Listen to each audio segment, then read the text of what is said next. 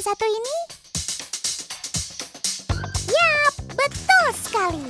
Dia adalah landak Jawa atau memiliki nama latin Hystrix javanica. Sejenis hewan pengerat dari suku Hystricidae dan merupakan hewan endemik Indonesia loh. Sobat Totan ini merupakan hewan yang dilindungi karena keberadaannya sudah terancam punah.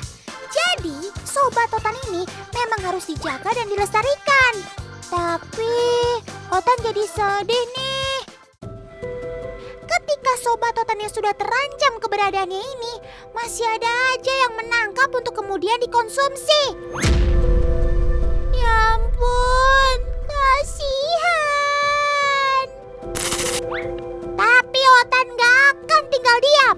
Kali ini Otan bersama kakak-kakak tim liputan mau mengecek langsung fakta di lapangan. Oke, sekarang kita akan melakukan penelusuran di salah satu daerah yang gak bisa Otan ceritain di sini. Kita mau cek apakah benar ada yang menjual olahan dari daging landak Jawa. Ya ampun teman, ternyata beneran ada dong. Tuh lihat, ada warung sate landak.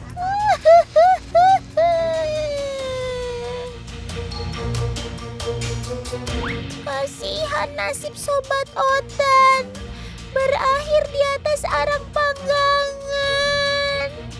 Malang banget nasib kalian sob. Sekarang kita coba cari tahu yuk teman, apa sih alasannya paman ini menjual sate landak? Kan itu apa hewan dilarang ya? Apa? Iya, sebenarnya itu cuma saya juga nggak ngerti rasanya, cuma kan memang kalau di sini kan itu termasuk aman. Kita petani itu kan banyak terganggu karena ada itu, makanya mereka tangkap.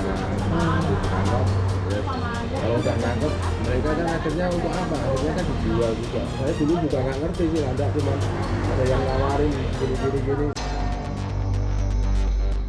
Walaupun dianggap hama, tapi kita nggak boleh ya menangkap sembarangan. Apalagi sampai mengolahnya untuk dikonsumsi. Sebaiknya kita manfaatkan hewan ternak atau unggas saja. Karena kita harus tetap menjaga dan melestarikannya satwa yang statusnya terancam punah di alam.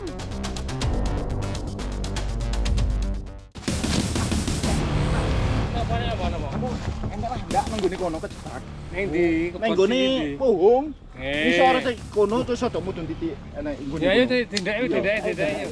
Ada apa sih paman? Otak jadi kepo nih. Kok pada buru-buru gitu sih?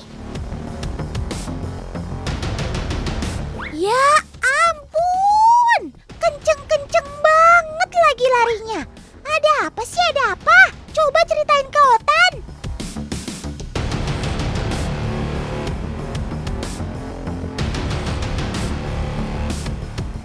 Oh ya ampun, ternyata Sobat Otan masuk perangkap. Pantesan paman-paman kelihatan panik ya. Tolongin Sobat Otan dong paman, bantu dia yang sedang terjerat dalam perangkap. Wah, beruntungnya Sobat Otan ini ditemukan paman-paman yang sedang berkebun. Jadi, agar tidak saling mengganggu, ada baiknya Sobat Otan dilepas liarkan di habitatnya ya teman. Tentu saja lokasi pelepasan dijauhkan dari wilayah perkebunan.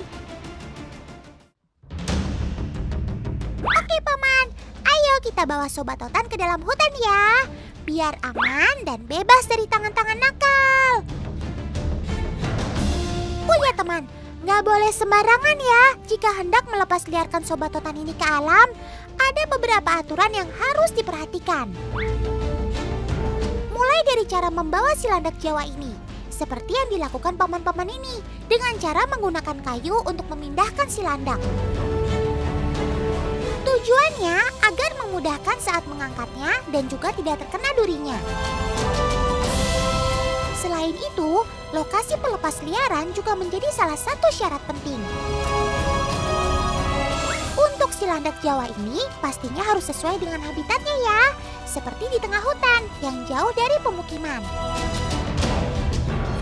Oh ya teman, yang gak kalah penting lagi nih, kondisi tubuh Sobat Totan juga harus diperhatikan secara fisik sehat ya.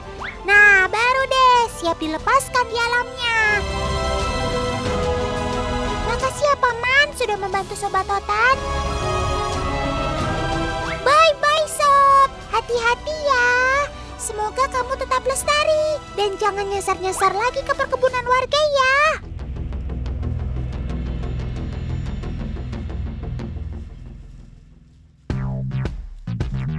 Oh ya teman, landak merupakan hewan yang memiliki ciri khas berupa duri yang memenuhi sekujur tubuhnya. Nah, duri-duri inilah yang digunakan Sobat Totan sebagai salah satu bentuk pertahanan dirinya. Duri-duri landak ini melekat pada otot yang berfungsi sebagai penggerak ketika ancaman mendekat. Lihat teman, si landak sudah mulai menaikkan durinya, pertanda ada ancaman yang mendekat. Wah, benar saja, ada ular piton yang siap menyerang. Ya ampun, awas Sob, hati-hati. Tuh kan, langsung nyamber aja si reptil berbahaya ini. Ya ampun, kenapa jadi saling serang gini sih? Ayo dong, jangan pada berkelahi. Malu sama teman-teman di rumah. Gak bisa ya pada akur gitu. Waduh.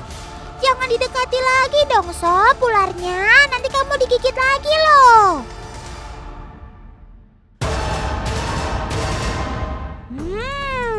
Kan bener aja. Belum juga Otan beres ngomong, udah kena gigitan lagi kamu. Walaupun landak Jawa ini terkena gigitan ular piton, akan tetapi si piton juga kesakitan karena terkena duri landak. Karena duri ini cukup runcing dan tajam untuk menembus kulit ular. Oh iya teman, jumlah duri pada tubuh Sobat Totan ini ada sekitar 8 ribuan loh. Yang terbagi dari duri kecil hingga yang berukuran besar. Wih, banyak juga Sob.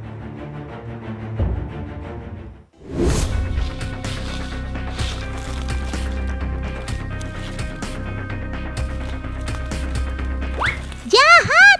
Paman ini pasti punya niat jahat. Waduh, dia bawa senjata. Gaswati. Gawat maksud Totan. Ini tidak bisa dibiarkan.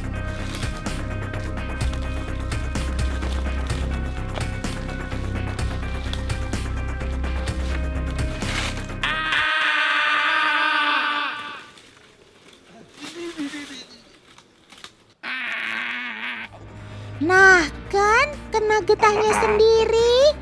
Makanya Paman, jangan suka berburu dong. Biarkan sobat-sobat Totan hidup bebas di alam.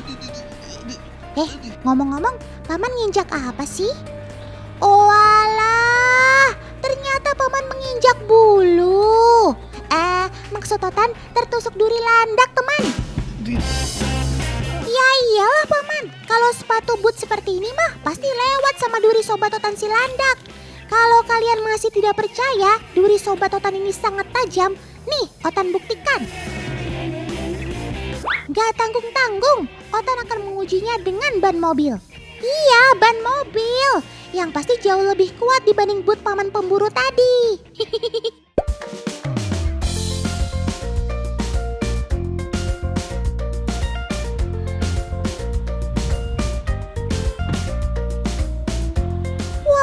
Durinya sampai nancep gitu. Hebat. Ban mobil yang tebal saja bisa ditembus loh. Luar biasa.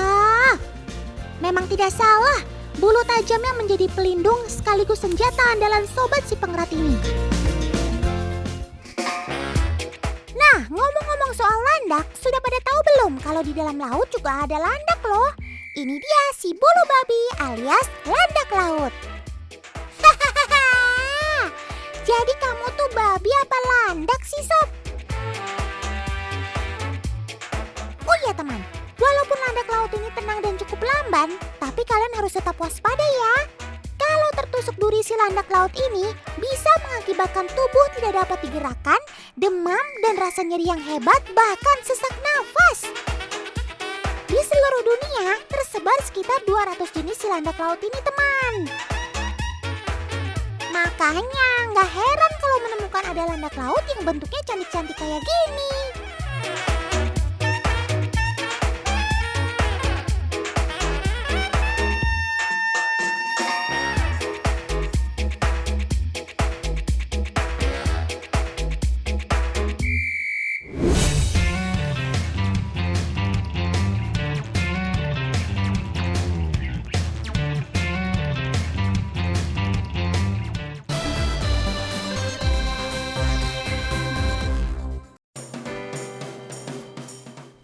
Di balik lucu dan sangarnya Sobat Otan, ternyata mereka punya skill atau keahlian yang gak kaleng-kaleng loh.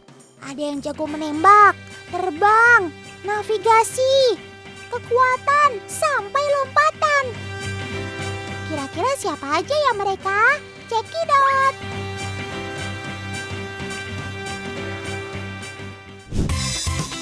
Ibex Alpen atau kambing gunung ini punya kemampuan dalam menantang maut teman. Serem bener ya. Gimana enggak? Sobat Otan ini mampu memanjat dinding tipis vertikal tanpa terjatuh. Kemampuannya ini dibarengi dengan keseimbangan tubuhnya yang baik. Gak cuma memanjat, kambing ini juga mampu berlari di pegunungan yang curam dan berbatu teman. Ngelihatnya aja sih bikin auto deg-degan ya. Supaya dapat berpijak dengan kuat, mereka menggunakan kuku belah sebagai penopang tubuhnya. Ketangkasan mereka memanjat memiliki tujuan untuk menghindari predator yang akan memangsa mereka. Jadi jangan heran ya kalau sobat gunung disebut hewan anti gravitasi. Cakep! Next, Sobat Otan ini gak cuma jago terbang, tapi burung kolibri juga punya skill aerodinamika yang jempolan. Sayapnya punya fleksibilitas yang canggih. Jadi Sobat Otan ini bisa melakukan manuver, terbang mundur, sampai hovering dengan sempurna. Cakep!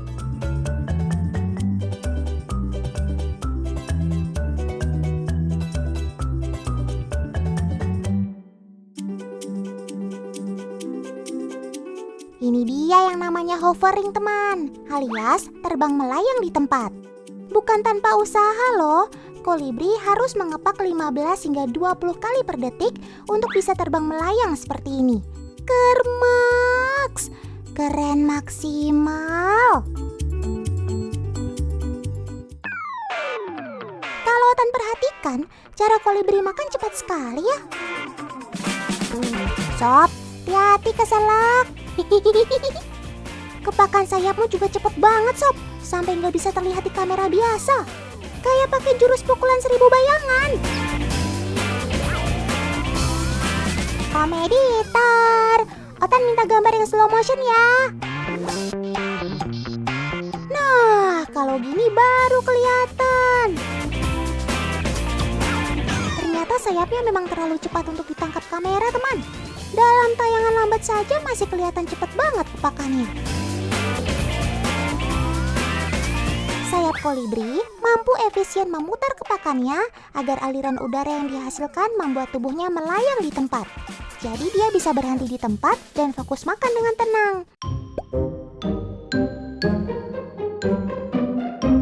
Sementara paruh si kolibri didesain menyerupai suntikan agar bisa menjangkau makanannya. Tapi kolibri makan bukan dengan cara menyedot loh teman, melainkan dengan cara menjilat.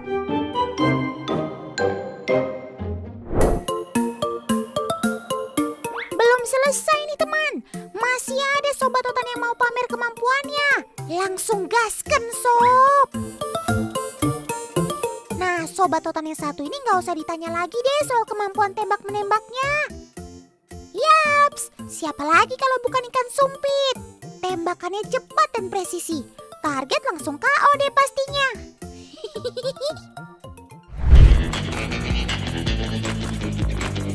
Kebiasaan makan unik ikan archerfish atau ikan sumpit adalah meludahi makanannya. Apa? Iya sih teman, Sobat Otan yang satu ini dikenal karena kemampuan menangkap makanan dengan cara tak biasa, alias meludah. Ketika melihat mangsa, ia akan mengumpulkan air liur dalam mulutnya yang kecil tapi berongga panjang. Setelah itu, ia bersiap meludahi mangsanya yang terlihat berada di atas hewan lain. Setelah serangga terkena semburan air dan jatuh, Archer Fish secepat kilat akan menangkap serangga itu dengan mulutnya. Wah, wah, wah. Jago juga kamu nembak ya, Sob. Eits, belum selesai teman. Jangan kabur dulu. Masih ada Sobat Otan yang mau unjuk gigi nih. Kasih paham dulu, Sob. Siapa bilang kalau buaya cuma punya keahlian menangkap mangsa di dalam air? Ternyata buaya punya skill lompatan yang gak main-main loh. Widih, keren. Teman, di habitatnya, Sobat Otan ini memang pandai melompat untuk menangkap mangsa yang ada di udara atau ranting pohon. Lompatan mereka tidak bisa dianggap remeh loh. Buaya dapat melompat secara vertikal sampai dengan panjang tubuhnya. Dengan menggunakan ekornya yang kuat, ia mendorong tubuhnya untuk dapat keluar dari air. Saat melompat, tubuh buaya akan ikut bergerak untuk mendapatkan lompatan yang maksimal. Salut deh Otan sama kalian, tangguh di air, darat, dan udara. Cakep!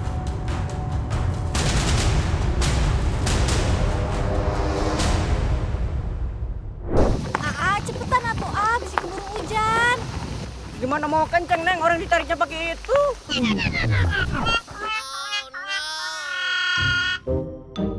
OMG, ternyata motor yang kalian kendarai ditarik sama si Pitbull. Duh, Mas Gondrong gimana sih? Sudah tahu motor nggak ada bensin malah masih dipakai. Jadi gini deh kejadiannya.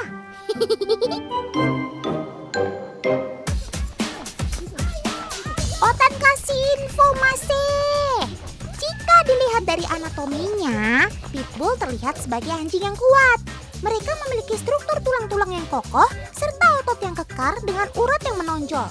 Jadi kalau untuk sekedar menarik beban seperti ini sih, bisa sambil merem.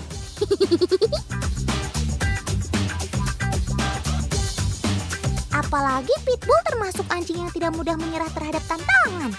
Mantap jiwa kamu, Sob.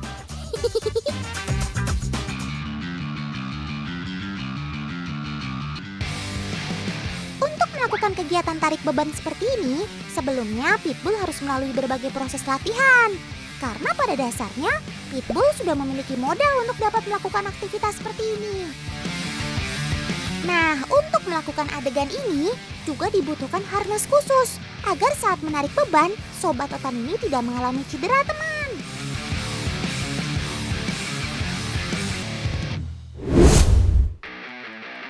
Selain dapat menarik beban berat, Sobat Otan ini juga terkenal dalam hal manjat-memanjat, teman. Untuk membuktikannya, Otan akan men-challenge Sobat Otan si Zoro untuk dapat naik ke atas bukit. Ayo Sob, buktikan kalau kamu tidak ada lawan.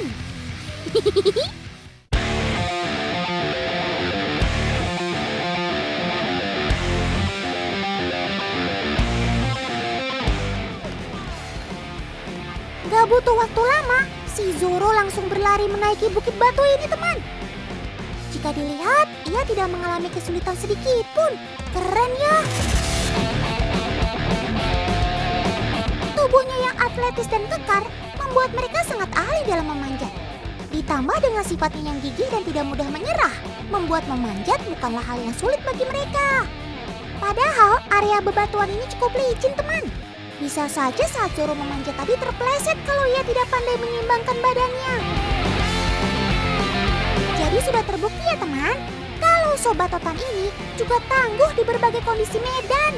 Cakep! Lepas! Lepas, coba lepas! Lepas! Wah, ada apa nih? Kok kami dan si Copo berebutan ban sih? Lepas, coba! Tenang teman, bukan begitu kok adegan ceritanya. Kami dan Mang Beben saat ini sedang mencoba kekuatan gigitan Pitbull.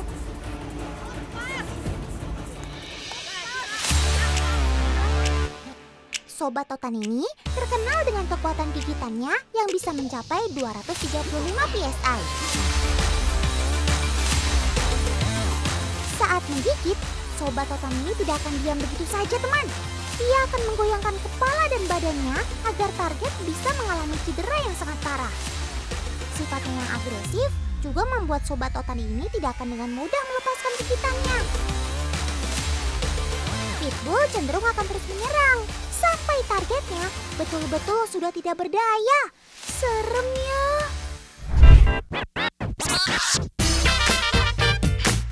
Lanjut teman, masih ada Sobat Totan yang siap kasih kamu kejutan. Ready, go! Zaman sekarang kalau nggak mau nyasar harus pakai GPS ya teman. Tapi ada nih Sobat Totan yang punya skill navigasi tanpa harus pakai GPS. Yaps, dia adalah si ikan salmon. Ikan salmon biasanya akan kembali ke tempat mereka lahir hanya untuk bertelur. Sobat Totan ini bisa menempuh perjalanan panjang lebih dari 3,8 km. Belum lagi jika bertemu predator beruang yang siap memangsa mereka. Ih, serem. Kemampuan untuk mendeteksi medan magnet bumi jadi keahlian Sobat Totan ini. Kemampuan ini dapat membuat ikan memahami arah, ketinggian, dan lokasi. Nah, jika sudah dekat, salmon akan menggunakan indera penciumannya untuk mencari posisi yang tepat. Keren maksimal.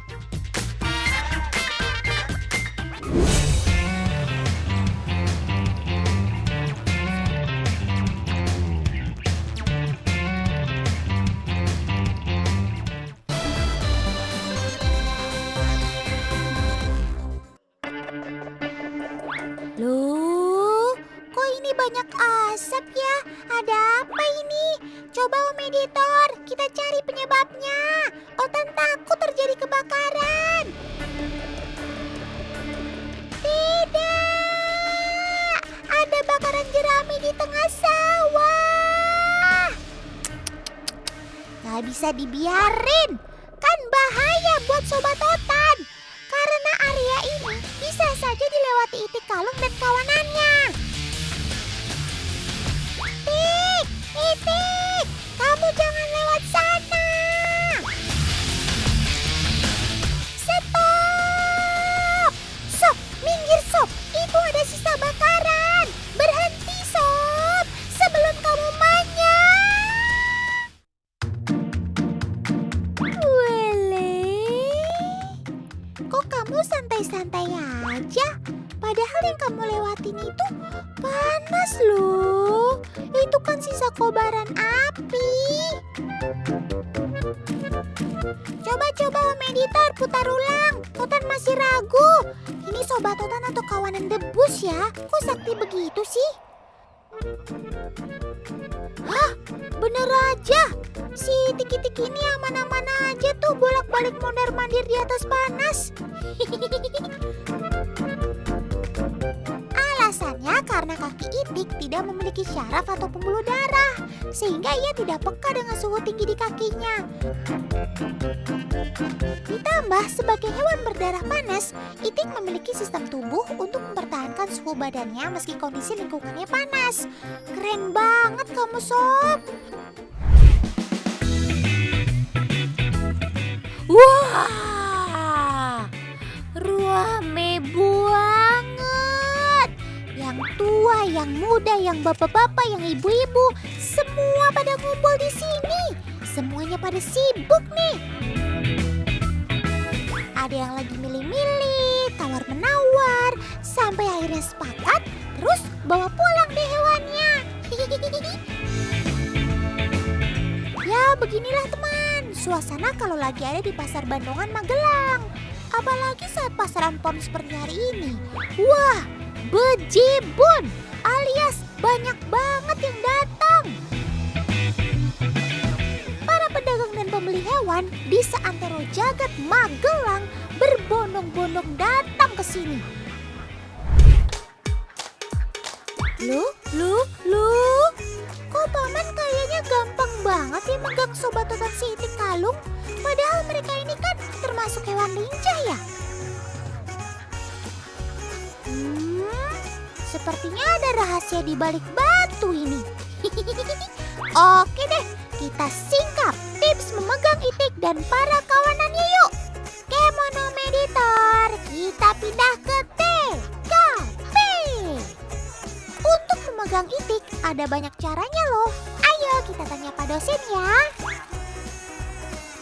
Tapi sebenarnya yang lebih baik itu dipegang di pangkal sayapnya. Pangkal sayap itu lebih nyaman sebenarnya. Nah, begitu ya teman. Agar aman dan nyaman untuk kita dan itik, pegangnya di bagian pangkal sayap ya. Dengan cara memasukkan kedua tangan di bawah sayap, lalu mengitari ke bagian depan dada itik. Tuh lihat kan, itik yang dipegang agen otan aja langsung kalem, gak lari kemana-mana. Ketika pangkal sayapnya dipegang, ini akan membuat ruang gerak itik jadi sangat terbatas, sehingga itik akan diam dan gak banyak bergerak. Dengan cara ini juga, itik gak akan kesakitan, karena gak ada otot atau organ tubuhnya yang tersakiti. Sayangnya, cara ini hanya bisa untuk memegang satu itik, teman. Teman, penasaran gak sih? Kenapa ya di pasar Bandungan tadi itik kalungnya banyak banget? Ada yang tahu? Tahu? Jadi begini teman, alasannya karena itik kalung ini merupakan fauna identitas dari Magelang. Gak heran deh, makanya Sobat Otan yang satu ini dicari-cari terus sama pembeli.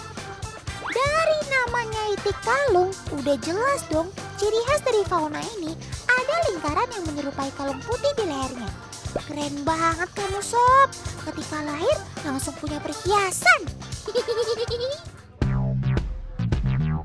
Selain kalungnya, ciri khas itik Magelang ini juga terletak di ukuran tubuh dan telurnya yang lebih besar dari itik pada umumnya. Tapi kira-kira kenapa ya Sobat Otan dengan genus Anis ini jadi ikoniknya di Magelang? Biar nggak penasaran, kita cross check ke Pak dosen yuk.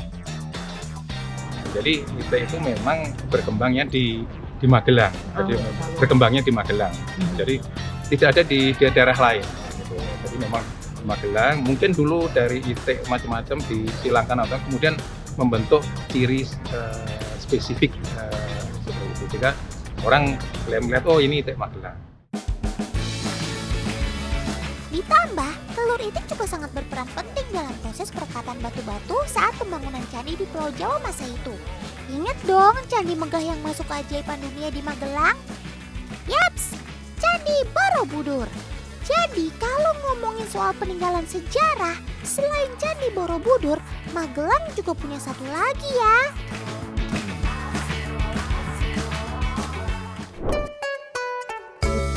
Sebagai daerah yang memiliki mandat dari Kementerian Pertanian untuk mengembangkan itik kalung, Magelang punya beberapa lokasi untuk bina karya itik Magelang. Salah satunya ada di Dusun Sindon. Mulai dari penetasan, pembesaran, hingga penjualan dilakukan di sini. Untuk penetasan telur dilakukan dalam inkubator sederhana yang mengatur suhu telur itik kalung di 39 derajat Celcius.